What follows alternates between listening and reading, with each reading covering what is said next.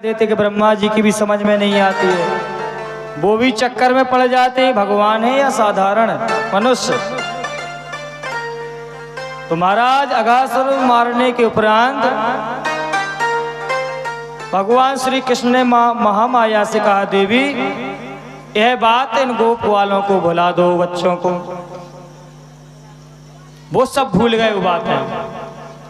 अब भगवान श्री कृष्ण ने कहा कान्हा ने, अरे मित्रों, अब खेलते खेलते हमको भूख लगी आई, अब अपना अपना कलेवा छोड़ो, कुछ भोजन हो जाने दो।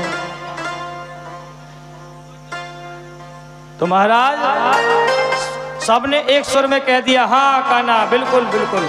तो सब गोल चक्कर बना के बैठ गए। और महाराज खेल में इतने मस्त कि भी गाय और बछड़े घास के लोभ से चरते चरते बहुत दूर जंगल में निकल गए।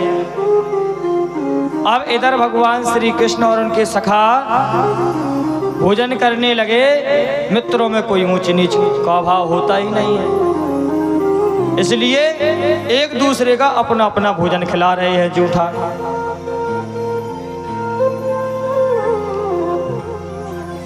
और उनका जूठन स्वयं खा रहे हैं बाल सखाओं का। जब अघासुर को मारा था तो बड़े बड़े देवता आए थे भगवान की स्तुति करने।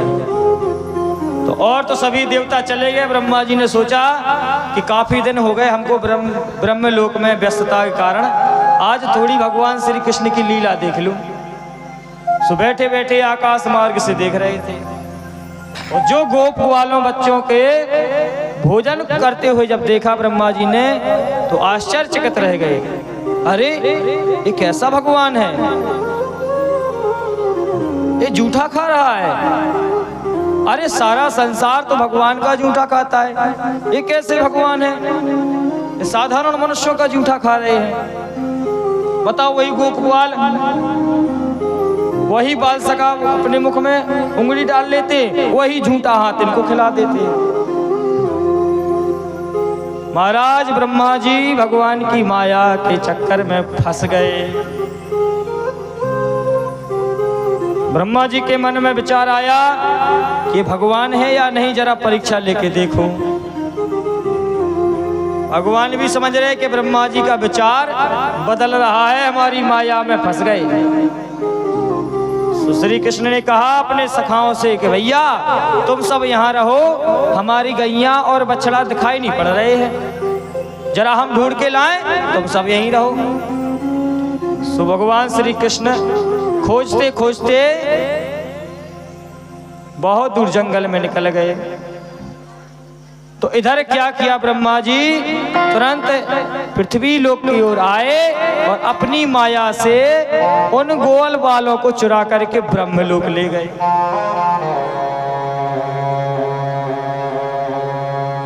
और उधर से गाय बछड़ों को लेकर के आए, तो वो भगवान अपने बाल सखाओं को ढूंढने लगे।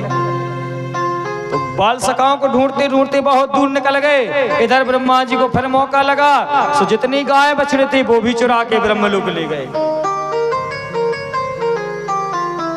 अच्छा, भगवान ने समझ गए, ठीक है ब्रह्मा जी, तुम विधाता हो, सृष्टि के रचयिता हो। अरे हमारी लीला में तुम विघ्न बाधा डाल रहे हो, हमारे आनंद में बाधा डाल रहे हो, और तुमने हमारी चोरी कर ली। कोई बात नहीं। भगवान ने नेत्र बंद किए, तो जितने जो मित्र थे भगवान ने अपने स्वरूप से उतने ग्वाल बाल बना दिए और उतने बछड़े गैया बना दिए, और भगवान लीला कर रहे हैं। लेकिन देखो, जब वो गाय बछड़े चरा करके घर पे जाते हैं, तो ना जाने माताओं के अंदर इतना प्रेम उमड़ता है कि अपने बच्चों से अधिक स्नेह करने लगे। जो माताएं अपने बच्चों को डांटती थीं, पता नहीं उनको ऐसा लगने लगा कि हमें अपने बच्चों के प्रति और अधिक से अधिक स्नेह क्यों बढ़ता जा रहा है। क्योंकि वो ग्वाल वाल नहीं थे, वो गाय नहीं थी, वो तो ब्रह्मलोक में चोरी हो गई थी। भगवान ने इतने स्वयं रूप बनाए थे अपने।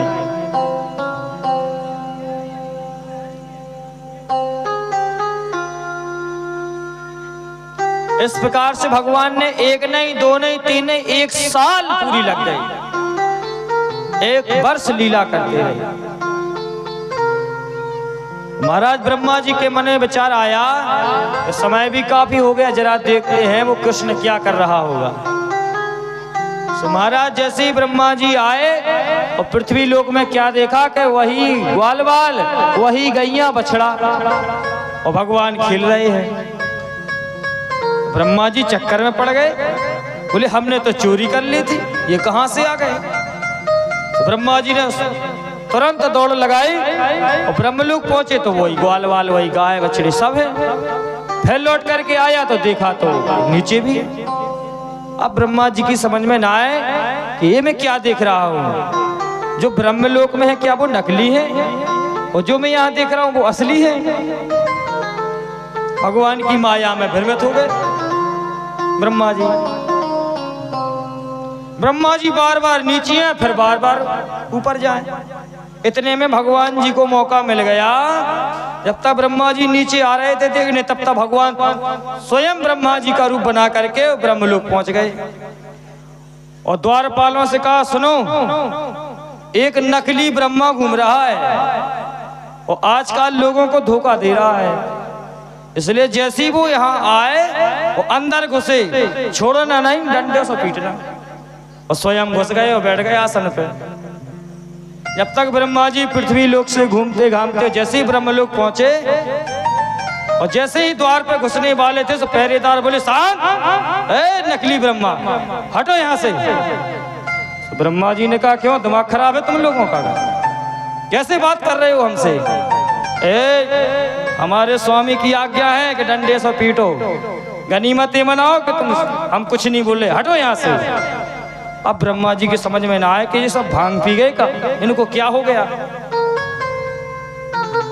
बोले तुम्हारा स्वामी कौन है। अरे बोले हमारे ब्रह्मदेव परमपिता अंदर विराजमान है, पता है तुम बहरूपिया हो, ब्रह्मा जी को भेष बना करके तुम घूम रहे हो। अब ब्रह्मा जी समझ गए, अरे हमने ज्यादा होशियारी दिखाई, हम घर ही छूट गए, अब क्या करें। आप ब्रह्मा जी परेशान, बोले बहुत बड़ी गलती कर दी हमने, जैसो हमने करो तैसी प्रभु ने करो हमारे साथ में।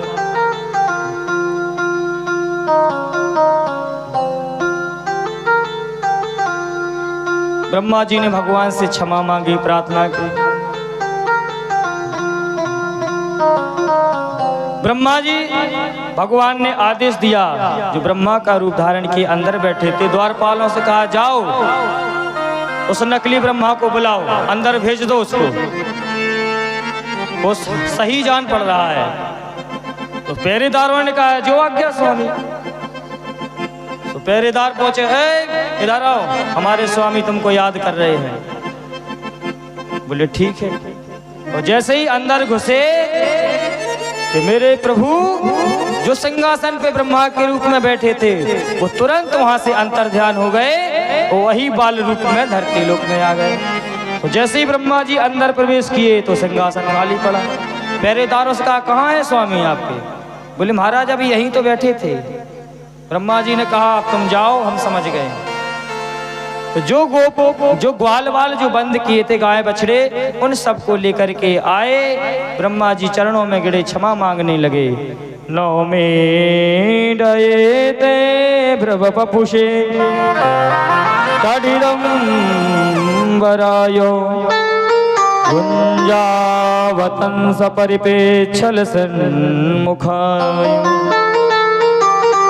वन्योसृजेक बलमेत्र विषाण वेणु लक्ष स्त्रिये मृदुपते पशुपांग जय। ब्रह्मा जी ने कहा प्रभु क्षमा कर दो, क्षमा कर दो प्रभु, हमसे बहुत बड़ी गलती हो गई, हम आपकी माया में फंस गए थे, हम अपने आप को बहुत होशियार समझते थे, प्रभु केवल एकमात्र आप ही स्तुति करने योग्य हैं। आपके चरणों में बार बार नमस्कार करता हूँ। आपका शरीर वर्षाकालीन मेघ के समान श्यामल है और आप पर बिजली के समान झिलमिल झिलमिल करता हुआ पीतांबर शोभा पा रहा है। नाना प्रकार से ब्रह्मा जी ने स्तुति की, लेकिन भगवान ने क्षमा नहीं किया ब्रह्मा जी को, चुपचाप बैठे रहे।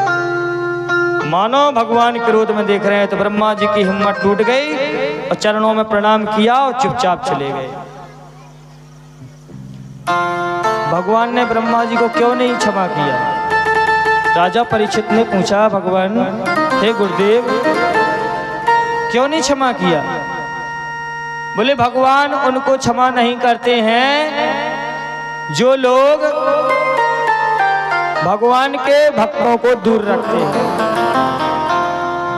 भगवान के भक्तों को दूर कर देते हैं, उनसे अलग कर देते हैं। भगवान को एक कष्ट सहन नहीं होता। एक बार लक्ष्मी मैया ने पूछा, तुम्हें सबसे प्यारे कौन है, सबसे प्रिय बताइए।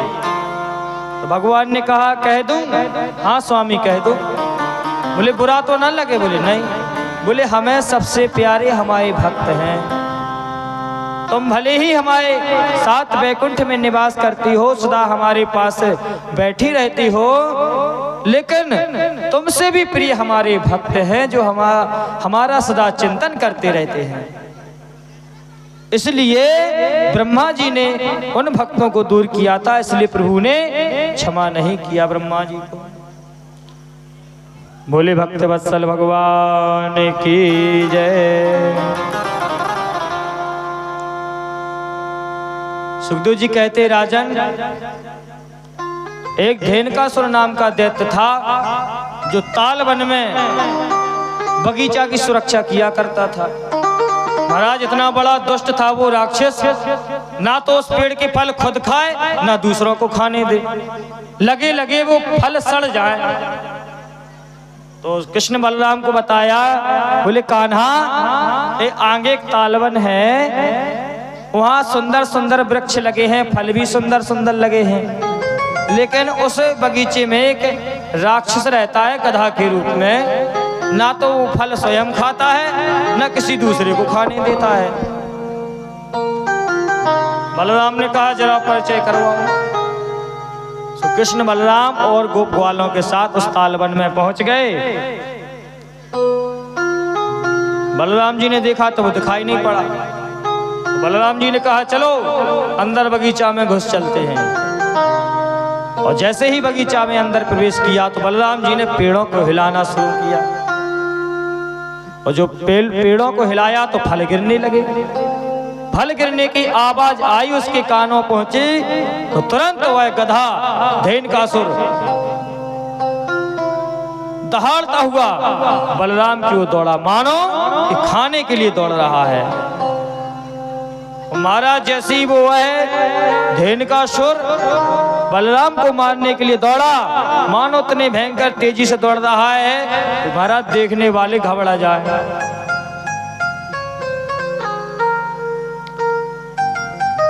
बलराम जी ने शीघ्रता पूर्वक तुरंत उसके दो पीछे के पैरों को पकड़ा और दो आगे के पैरों को पकड़ा और घुमाना शुरू किया और ताड़ वृक्ष से मारा, धड़ाम से प्राण निकल गए। बोले बलदाऊ जी महाराज की। बलदाऊ जी ने कहा भैया अब खाओ छक्के फल। बोले बड़ा दुष्ट था, ना खुद खाता था ना दूसरे को खिलाता था। और यही संसार के लोगों की दशा होती है महाराज, जो इकट्ठा जोर जोर के रखते हैं ना खुद खाते हैं ना दूसरों को खाने देते, तो फिर उसकी संपत्ति की क्या दशा होती है वो तो आप ही लोग जानते, सुनाने की आवश्यकता ही नहीं। महाराज ना तो स्वयं दान पुण्य करे ना दूसरे को करने दे। महाराज दूसरा कुछ करना ही चाहे कि कुछ धर्म कर लें तो महाराज वो इतने प्रकार से बातें बना बना करके उकसाएगा कि वो दुष्ट तो है ही, वो अपनी बातों से तुमको भी दुष्ट बना देगा। अब महाराज भगवान को मौका मिल गया और ग्वाल बालों के साथ मिल गए और दाऊ भैया को चढ़ाने लगे। घर जा रहे हो, गली में चढ़ा रहे हो, ओ भैया दाऊ जी ने गधा मार दिया, दाऊ जी ने गधा मार दिया, दाऊ जी ने गधा मार दिया। चढ़ाने लगे तो दाऊ जी को बड़ा बुरा लगा। अच्छा हमारा उपवास कर रहे हो, हमने बड़े बड़े राक्षस मारे हैं और तुम कह रहे हो गधा मारा है। बोले मारा है, गधा मारा है। ठीक है तो बोले हम कल तुम्हारे साथ नहीं जाएंगे। भगवान चाहते ही थे कि कल हमारे साथ ना जाए। महाराज अगले दिन सुबह हुआ, गाय चराने के लिए भगवान श्री कृष्ण ग्वाल बालों के साथ चलने लगे। दाऊ जी से कहा भैया चलो। नहीं बोले तुम लोग हमको चढ़ाते हो इसलिए हम नहीं जाएंगे। सो दाऊ भैया नहीं गए। श्री कृष्ण और ग्वाल बालों के सहित और एक गेंद ले ली। बोले चलो आज वहां गेंद बल्ला खेलेंगे। महाराज जैसे ही चले तो कालीदाई के पास पहुंच गए। यमुना जी एक कुंड था जिसका नाम था कालीदाई। महाराज वहां का जल गाय बछड़ों ने पिया तो पानी पीते ही वो तड़फड़ा करके तुरंत मर गई। तो भगवान ने सोचा ये हमारी क्रीड़ा स्थली पर एक कालिया नाग विघ्न बाधा मचा रहा है, इसलिए इससे भी निपट लो। भगवान ने कृपामयी दृष्टि से देखा तो तुरंत गाय बछड़ों को पुनः जीवित कर दिया और गेंद बल्ला खेलने लगे। पहले तो सभी ग्वाल वालों को खिलाया। जब इनका नंबर आया तो महाराज ऐसा बल्ला घुमा के गेंद में मारा कि गेंद आकाश मार्ग से घूमती हुई उस कालीदाई कुंड में चली गई। अब तो महाराज भी बालक लड़ने लगे। देखो कान्हा हमने मना किया था, जोर जोर से नहीं मारना। जब छोटे छोटे बच्चे खेलते हैं ना तो आपस में झगड़ने लगते। क्यों हमने रोका था तुमको, तो आराम से खेलना, धीरे खेलना। हमारी गेंद खो गई, अब तुमसे लगेगी, तुम ले आके दो। इसलिए महाराज वो गेंद मनसुखा की थी। मनसुखा रोने लगा, देखो कान्हा तुमने हमारी गेंद कालीदाई में फेंक दी, हमारी गेंद लाके दो, हमें वही गेंद चाहिए। कान्हा ने कहा घर चलो, हम तुमको कई गेंद प्रदान कर देंगे।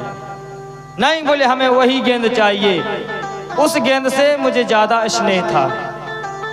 तो बोले भैया तुमको वही गेंद चाहिए तो फिर हमको कूदना पड़ेगा। बोले कुछ भी हो गेंद दो हमारी। बोले ठीक है तो हम गेंद लेने जा रहे हैं। तो कदम के पेड़ पे चढ़ गए। साथी ग्वाल वालों ने मनसुखा से कहा क्यों मूर्ख हो गया क्या, अरे वो कान्हा कूद जाएगा, उसको वापस करो, कितना जहरीला है वो कुंड, वहां जो जाता है कोई बच नहीं पाता। महाराज उस कुंड के ऊपर से कोई आकाश में उड़ने वाला पक्षी भी यदि धोखे से निकल जाए तो उस जहर की लपटों से वो पक्षी भी फड़फड़ा करके मर जाता है। अरे उस कान्हा को रोको। सो महाराज उसका विचार बदल गया। वो बुलाने लगा, अरे कान्हा हमको गेंद नहीं चाहिए, तुम वापस आ जाओ। अरे हमें तुमसे प्यारा गेंद थोड़ी ही है, आ जाओ। लेकिन वो नहीं मानने वाले। कान्हा ने कहा मैं जिससे जो कह देता हूँ वो करके मानता हूँ। तो महाराज कदम के वृक्ष पे चढ़ गए। बहुत रुका, बच्चों ने नहीं माने, तुरंत छलांग लगा दी, उस कुंड में कूद गए। महाराज जो लाला कुंड में कूदे, सब बच्चे घबरा गए। दौड़ते हुए घर पहुंचे, माता यशोदा को सूचना दी, नंद बाबा को सूचना दी। बाबा बाबा बाबा घबरा गए। बोले बेटा क्या हुआ, क्या बात है। अब बच्चे इतने घबरा गए कि मुख से आवाज ना निकले। बोले मेरे पुत्र को क्या हो गया, बताओ शीघ्र। तब हिम्मत बांध का बाबा लाला कालीदाई में कूद गए। जो सुना महाराज नंद बाबा घबरा गए। जिन जिन लोगों ने सुना, जिन गोपियों ने सुना, सभी ने दौड़ लगा दी कालीदाई की तरफ। चिल्लाने लगे कान्हा कान्हा। यशोदा मैया कालीदाई में कूदने के लिए जैसे ही तैयार थी, गोपियों ने तुरंत रोक लिया। अरे मैया ठहरो, और घबरा करके बेहोश हो गई यशोदा मैया। अब जैसे ही भगवान श्री कृष्ण कालीदाई में कूदे, सो अंदर जल के अंदर घूम रहे। घूमते घूमते जहाँ कालिया रहता था वहां पहुंच गए गेंद खोजते खोजते। तो महाराज कालिया नाग सो रहा था, उसकी 4 थी पत्नियां, और जोन उन देवियों ने देखा महाराज घबरा गई। तुरंत वो नाग पत्नी आई, तो पहले तो उन्होंने आश्चर्यचकित भाव से देखा कि इस कुंड में तो कोई आ नहीं सकता है, मनुष्य कोई नहीं बच सकता है, और ये बालक यहाँ कैसे आ गया, बड़े आश्चर्य की बात है, और ये कैसे अब तक जीवित रहा होगा। तो तुरंत वो भाग करके आई, उस बालक से कहा, अरे वत्स तुम यहाँ कैसे आ गए हो? बोले हम अपनी गेंद खोजते खोजते आए। अरे बोले नहीं, गेंद के चक्कर में मत पड़ो, अरे पुत्र तुम शीघ्र ही लौट जाओ, यहाँ से शीघ्र जाओ, नहीं तो हमारे स्वामी जाग जाएंगे तो अनर्थ हो जाएगा।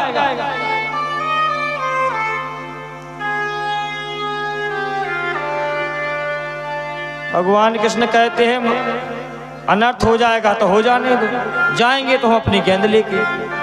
और महाराज क्या देखा कि जो कालिया नाग अपने पूंछ की गोल किए था उसी बीचों बीच में गेंद पड़ी हुई थी। बोले देखो लाला वहां मत जाना, थोड़ा सा भी यदि स्पर्श हुआ तुम्हारा तो उनकी नींद खुल जाएगी। बोले हम नहीं डरते तुम्हारे स्वामी से, गेंद हम लेके ही जाएंगे। जब एक कालिया की नींद टूट गई सुना तो तुरंत बोला जोर से, हे देवियों किससे बात कर रही हो, कौन है, बताओ कौन है। ओ महाराज जो कालिया जागा तो वो घबरा गए, स्वामी कोई नहीं है, हम ही आपस में बात कर रहे हैं। नहीं, मुझे किसी बच्चे की आवाज आ रही है, वो मुझे धमकी दे रहा है। तो तब तक श्रीमान जी सामने आ गए। हाँ बोले हम ही दे रहे हैं धमकी, हम गेंद लेने आए। तो बोस ने देखा सो कालिया हंसने लगा, अरे तू बालक है, मुझसे युद्ध करना चाहता है, जा बालक तू अभी बहुत छोटा है, तेरी मेरी क्या बराबरी है, तू मेरा सामना कर रहा है, जा लौट जा यहाँ से। और मैं तो ये बड़ा आश्चर्य कर रहा हूं कि तू मेरे जहर से अब तक कैसे बच गया, मेरे जहर से कैसे बच गया है तू। भगवान ने कहा तेरे जहर तो क्या, तुम्हारे जैसे करोड़ों भी काली आ जाए तो जहर कुछ नहीं बिगाड़ सकता। मैं तो सदा ही शेष की सैया पे सोता हूं।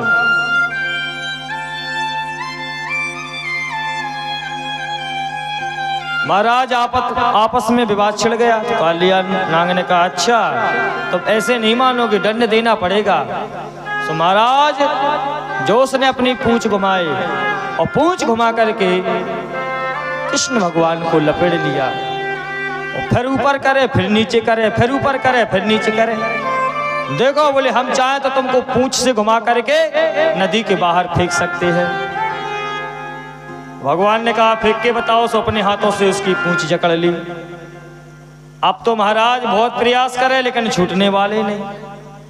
और भगवान श्री कृष्ण ने जैसे ही अपने शरीर को फुलाया बड़ा किया तो उसकी नसें की गांठ ढीली पड़ गई और घबराने लगा, छोड़ दे मुझे, छोड़ दे मुझे। अब कालिया नाग सोचे हे छोटा सा बालक, मुझे तो काल के समान जान पड़ता है। तो महाराज फिर से पुनः युद्ध करने लगा। महाराज काफी समय तक युद्ध चलता रहा। भगवान मानो कालिया नाग से ऐसे लड़ रहे हैं जैसे गुरु अपने शिष्य को युद्ध की शिक्षा दे रहा हो।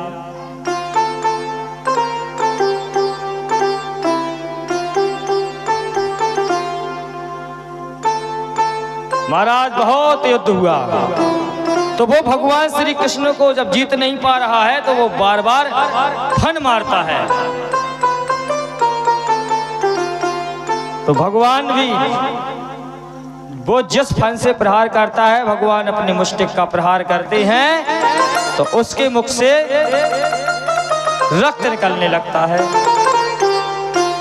उसके महाराज एक नहीं कई फन थे।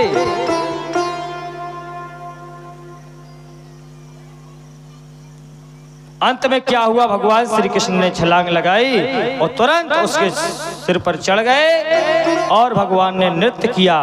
जब वो घायल हो गया तब वो क्षमा मांगने लगा। बोले समझ में आ गई, बोले इतनी ताकत भगवान के अलावा किसी के पास नहीं हो सकती।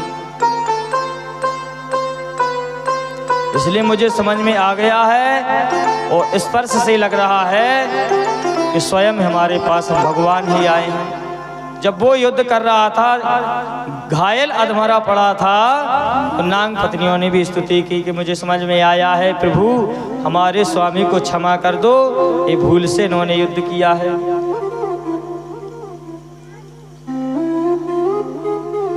तो कालिया नाग,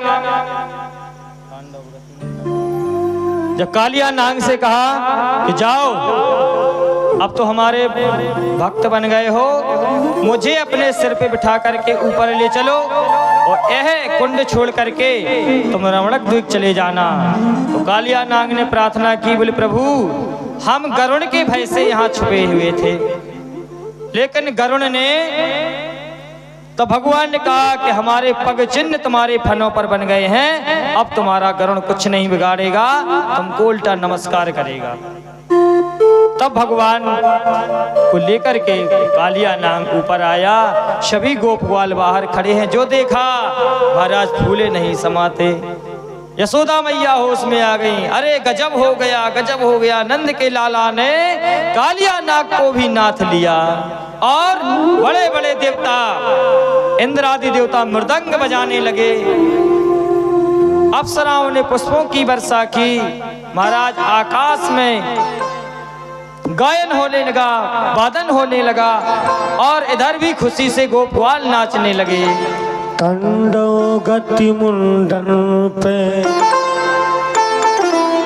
नाचत गिरधारी, जय हो। तांडव